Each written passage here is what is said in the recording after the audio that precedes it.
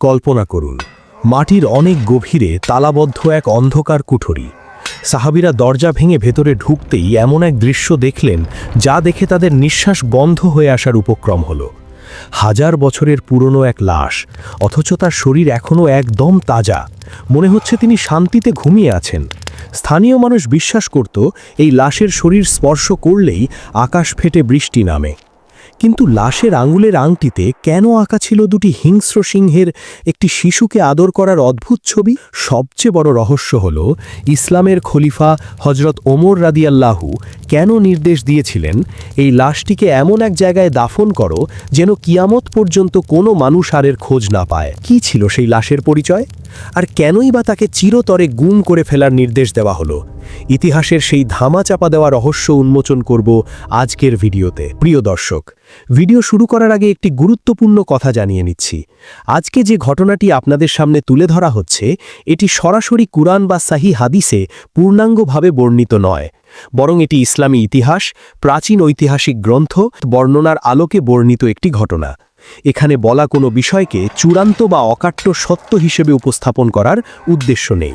আল্লাহই সবচেয়ে ভালো জানেন। বিস্তারিত রেফারেন্স ও ব্যাখ্যা জানতে ভিডিওর ডেসক্রিপশন বক্সটি অনুগ্রহ করে চেক করবেন। হিজরি 17 অথবা 20 সালের দিকের কথা। খলিফা হজরত ওমর ইবনুল খাত্তাব রাদিয়াল্লাহুর খেলাফতকাল। মুসলিম বাহিনী পারস্য বা বর্তমান ইরান বিজয়ের অভিযানে বের হয়েছে। একের পর এক শহর মুসলমানদের হাতে বিজয় হচ্ছে। এরই ধারাবাহিকতায় মুসলিম বাহিনী এসে পৌঁছল পারস্যের এক অত্যন্ত সমৃদ্ধ এবং শক্তিশালী শহর তুস্তারের সামনে। তুস্তার কোনো সাধারণ শহর ছিল না, এটি ছিল পাহাড়ের উপর তৈরি এক দুর্ভেদ্য কেল্লা। এর চারপাশ ছিল উঁচু প্রাচীর দিয়ে ঘেরা। শহরের শাসক ছিল পারস্যের বিখ্যাত সেনাপতি হুরমুজান। মুসলিম বাহিনীর সেনাপতি ছিলেন বিখ্যাত সাহাবী হজরত আবু মুসা আল আশারি রাদিয়াল্লাহু। দীর্ঘ 18 মাস, হ্যাঁ, একটানা 18 মাস ধরে মুসলিম বাহিনী এই কেল্লা ঘিরে রেখেছিল। কিন্তু কেল্লার দেয়াল এতই মজবুত ছিল যে তা ভেদ করা যাচ্ছিল না। অবশেষে এক গুপ্তচরের দেওয়া তথ্যে মুসলিমরা কেল্লার পানির নালা দিয়ে ভেতরে প্রবেশ করে এবং এক রক্তক্ষয়ী যুদ্ধের পর তুস্তার বিজয় করে। সেনাপতি হুরমুজান আত্মসমর্পণ করেন। মুসলিমরা কেল্লা নিয়ন্ত্রণ নেয়। যুদ্ধ শেষ হওয়ার পর সাহাবীরা যখন কেল্লার ভেতরের সম্পদ বা গনিমতের মাল জমা করছিলেন, তখন তারা কেল্লার গভীরে মাটির নিচে এক গোপন সুড়ঙ্গের সন্ধান পেলেন। রুমটি ছিল অত্যন্ত সুরক্ষিত, বড় বড় তালা দিয়ে আটকানো। সাহাবীরা ভাবলেন নিশ্চয়ই এর ভেতরে হুরমুজানের সবচেয়ে দামি হিরে জওহরাত লুকানো আছে। তারা তালা ভেঙে সেই অন্ধকার ঘরে প্রবেশ করলেন। মশাল জ্বালানো হলো। আগুনের আলোয় ঘরটি আলোকিত হয়ে উঠল। কিন্তু ঘরের ভেতরের দৃশ্য দেখে সাহাবীরা থমকে দাঁড়ালেন। তাদের কোলাহল থেমে গেল। এক ভুতুরে নিস্তব্ধতা নেমে এলো। তারা দেখলেন ঘরের মাঝখানে এক উঁচু খাটিয়া, আর তার উপর রাখা আছে একটা লাশ। লাশটি রেশমি কাপড়ে মোড়ানো। কিন্তু আশ্চর্যের বিষয় হল, লাশটির মাথার কাছে রাখা আছে একটি পবিত্র ধর্মগ্রন্থ বা কিতাব, এবং লাশের চারপাশ ঘিরে রাখা আছে বিশাল বিশাল মাটির মটকা বা পাত্র। সাহাবীরা গুনে দেখলেন সেখানে প্রায় 80টি মটকা রয়েছে, এবং প্রতিটি মটকা খাঁটি সোনা এবং রূপার মুদ্রায় কানায় কানায় পূর্ণ। কিন্তু সাহাবীদের নজর সোনা দানা বা টাকার দিকে গেল না। তাদের নজর আটকে রইল সেই খাটিয়ার ওপর শুয়ে থাকা মানুষটির দিকে। হাজার বছর পুরনো এক বন্ধ ঘর, বাতাস ঢোকার জায়গা নেই, সেখানে একটি লাশ কিভাবে থাকে? সেনাপতি আবু মুসা আল আশারি রাদিয়াল্লাহু এগিয়ে গেলেন। তিনি অত্যন্ত সম্মানের সাথে লাশটির মুখের ওপর থেকে কাপড়টি সরালেন, এবং সাথে সাথে উপস্থিত সবাই বিস্ময়ে সুবহান আল্লাহ বলে উঠলেন। তারা দেখলেন লাশটি কোনো কঙ্কাল নয়, হাড়গোড় নয়, এটি একটি পূর্ণাঙ্গ মানুষ।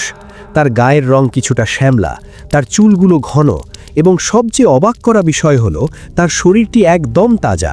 মনে হচ্ছে তিনি মাত্র কিছুক্ষণ আগে মারা গেছেন। তার শরীরের চামড়ায় কোনো পচন ধরেনি, কোনো পোকা ধরেনি। অথচ এই শহরের ইতিহাস বলে এই লাশটি এখানে রাখা আছে শত শত বছর ধরে। সাহাবীরা লাশের শরীর পরীক্ষা করে দেখলেন তার ঘাড়ের কাছে সামান্য একটু আঘাতের চিহ্ন আছে, যেন কেউ তাকে তলোয়ার দিয়ে আঘাত করেছিল বা কোনোভাবে তিনি আহত হয়েছিলেন। কিন্তু সেই আঘাত থেকেও যেন এখনও তাজা রক্ত চুইয়ে পড়ার উপক্রম। আবু মুসা আল আশারি রাদিয়াল্লাহু স্থানীয় পারসিক বা অগ্নিপূজারী বৃদ্ধদের ডেকে পাঠালেন। তিনি জিজ্ঞেস করলেন, এই লাশটি কার? তোমরা কেন একে এভাবে মাটির নিচে লুকিয়ে রেখেছ? আর এই অঢেল সম্পদই বা এখানে কেন? তখন স্থানীয় বৃদ্ধরা এক অদ্ভুত কাহিনী শোনালো। তারা বলল, হে আমির, আমরা জানি না এই ব্যক্তিটির নাম কি, কিন্তু আমরা তাকে ডাকি সাহিব উল মাতার বা বৃষ্টির মালিক বলে। এই ব্যক্তি আমাদের কাছে দেবতার মতো।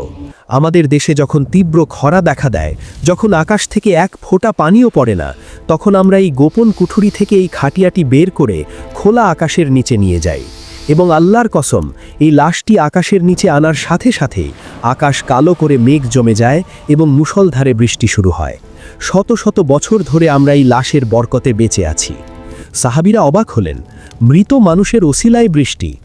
আবু মুসা আল আশারি রাদিয়াল্লাহু লাশটি আরও ভালো করে পর্যবেক্ষণ করতে লাগলেন। তখন তার নজরে পড়ল লাশটির হাতের আঙুলের দিকে।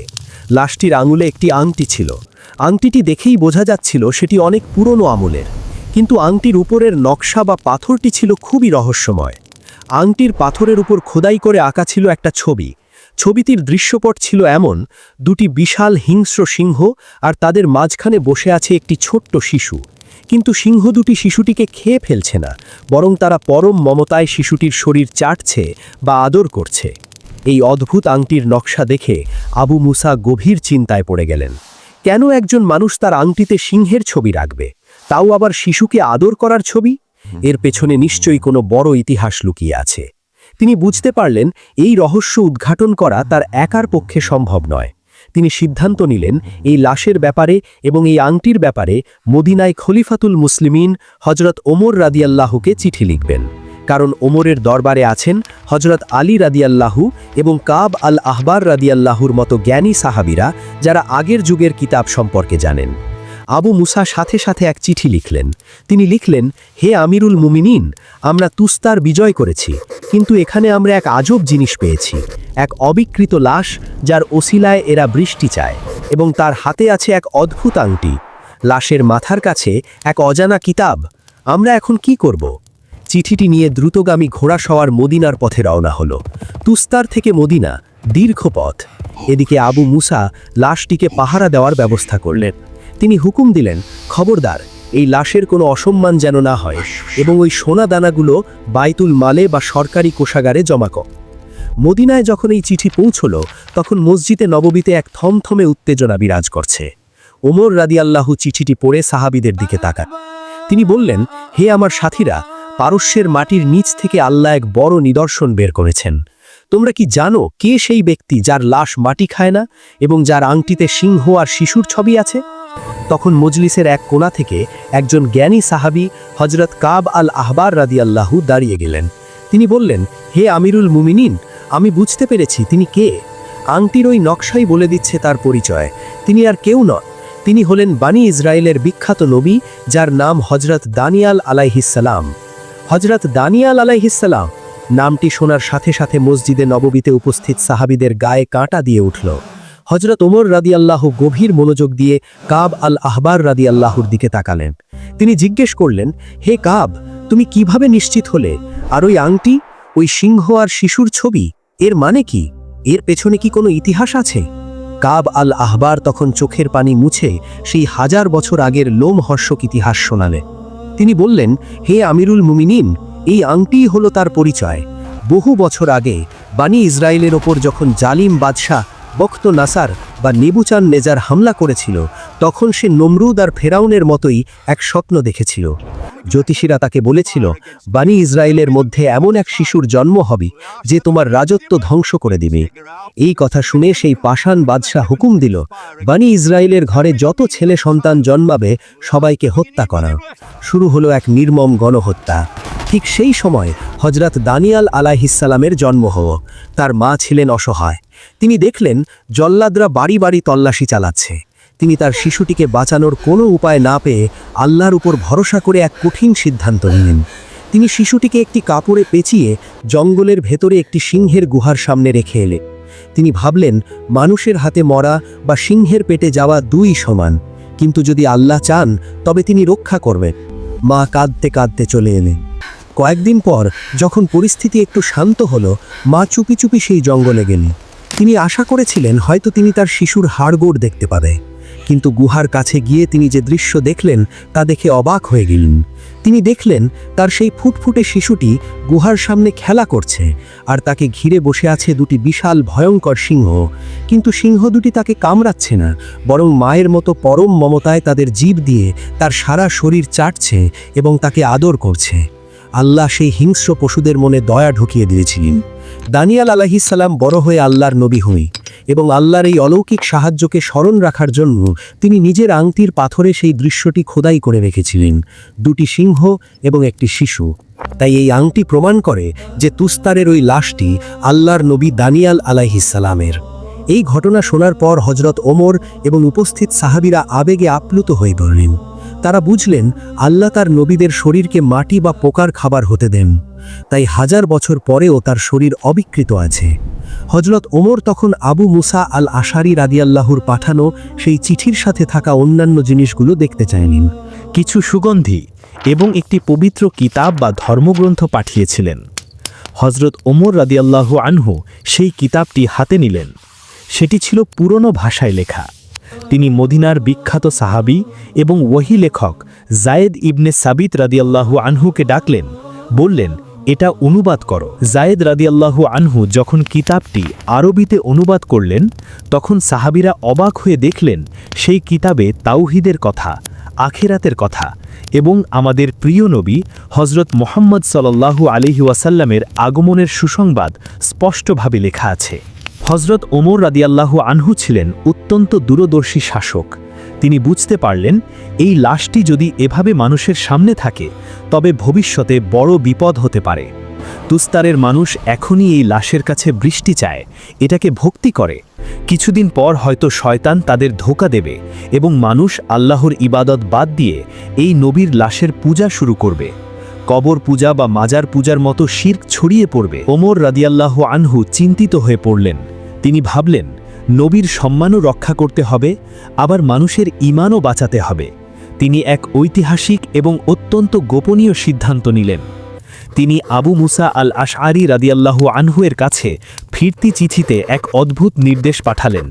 তিনি লিখলেন, হে আবু মুসা, এই লাশটি কোনো সাধারণ মানুষের নয়, এটি আল্লাহর এক সম্মানিত নবীর।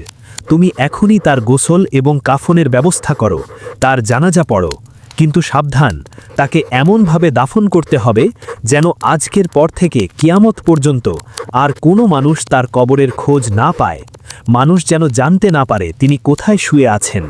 তুমি এমন এক কৌশল করো যাতে তার কবর চিরকালের জন্য গোপন হয়ে যায়। চিঠি পেয়ে আবু মুসা আল আশআরি রাদিয়াল্লাহু আনহু গভীর ভাবনায় পড়ে গেলেন। হাজার হাজার মানুষের চোখ এড়িয়ে দিনের আলোয় বা রাতের অন্ধকারে কিভাবে কাউকে দাফন করা সম্ভব? আর মানুষ তো জানে লাশটি তাদের কাছে আছে, তারা তো লাশটি সহজে ছাড়বে না, আর কবর দিলেও তো মানুষ দেখে ফেলবে। তখন আবু মুসা রাদিয়াল্লাহু আনহু এবং তার সঙ্গীরা এক বিশাল এবং বুদ্ধিদীপ্ত পরিকল্পনা করলেন। এমন এক পরিকল্পনা যা শুনলে আজও মানুষের গায়ে কাঁটা দেয়। তারা সিদ্ধান্ত নিলেন প্রকৃতিকে ব্যবহার করবেন। তুস্তার শহরের পাশ দিয়ে বয়ে গেছে একটি নদী। তারা ঠিক করলেন এই নদীর বুকেই দানিয়াল আলাইহিস সালামকে লুকিয়ে রাখবেন। কিন্তু কিভাবে? পানির নিচে তো কবর দেওয়া যায় না। আবু মুসা রাদিয়াল্লাহু আনহু তার সৈন্যদের হুকুম দিলেন, বললেন, দিনের বেলা শহরের আশেপাশে, দিনের বেলা শহরের বিভিন্ন প্রান্তে 13টি আলাদা আলাদা জায়গায় কবর খোঁড়া হোক। সৈন্যরা দিনের বেলা শহরের বিভিন্ন প্রান্তে 13টি কবর খুলল। মানুষ দেখল এবং ভাবল হয়তো এর কোনো একটিতে দাফন করা হবে। তারা কনফিউজড বা বিভ্রান্ত হয়ে গেল। কিন্তু আসল কাজ তখনও বাকি। আবু মুসা রাদিয়াল্লাহু আনহু রাতের অন্ধকারে একদল বিশেষ বাহিনীকে কাজে লাগালেন। তারা নদীর প্রবাহ বা গতিপথ বদলানোর জন্য বাঁধ তৈরি করল। নদীর পানিকে সাময়িকভাবে অন্যদিকে ঘুরিয়ে দেওয়া হলো। নদীর তলদেশ যখন শুকিয়ে গেল, তখন ঠিক নদীর মাঝখানে গভীর রাতে তারা আসল কবরটি খুঁড়ল। এটি ছিল এক ঐতিহাসিক মুহূর্ত। 1000 বছর আগে ইন্তেকাল করা এক নবীকে শেষ জামানার নবীর উম্মতেরা দাফন করার সৌভাগ্য অর্জন করছে। কবর খোঁড়া শেষ হল। হজরত দানিয়াল আলাইহিস সালামের সেই পবিত্র এবং অবিকৃত দেহটি, যা 1000 বছর ধরে চন্দন কাঠের সিন্দুকে বা খাটিয়ায় শুয়েছিল, তা পরম মমতায় এবং সম্মানের সাথে সেই কবরে নামানো হলো। তাদের চোখ দিয়ে অশ্রু ঝরছিল। তারা ভাবছিলেন আল্লাহ তার নবীদের শরীরকে কিভাবে হেফাজত করেন।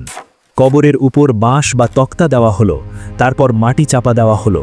নদীর তলদেশের মাটির সাথে মিশে গেল আল্লাহর এক মহান নবীর শেষ বিছানা। দাফন শেষ হওয়ার পর আবু মুসা আর এক মুহূর্ত দেরি করলেন না।